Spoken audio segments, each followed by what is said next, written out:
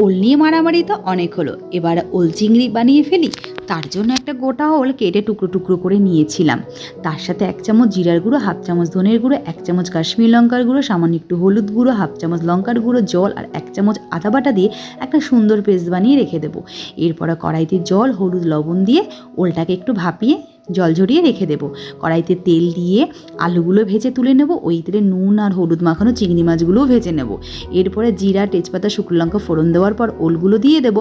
ওলগুলো দিয়ে আরেকটু ভাজা ভাজা হয়ে গেলেই তার মধ্যে দিয়ে দেবো টমেটো কুচি। টমেটো কুচি দিয়ে একটু নাড়িয়ে চাড়িয়ে পেস্ট করাটা যে মশলাটা দিয়ে দেবো আর আলুগুলো দিয়ে ভালো করে কষাবো। এখন কিন্তু নুন আর দিইনি। ভালো করে কষানোর পরে নুন আর একটু চিনি দিয়ে দেব। তারপরে চিংড়ি মাছ দিয়ে আরও খানিকক্ষণ কষিয়ে তারপরে কিন্তু জল দেব। এটা গরম জল ব্যবহার করেছি। লঙ্কা দিয়ে ঢেকে গা মাখা হয়ে গেলে গরম মশলা দিলে নামিয়ে নেব। কেমন হয়েছে বন্ধুরা অবশ্যই করে জানাবে।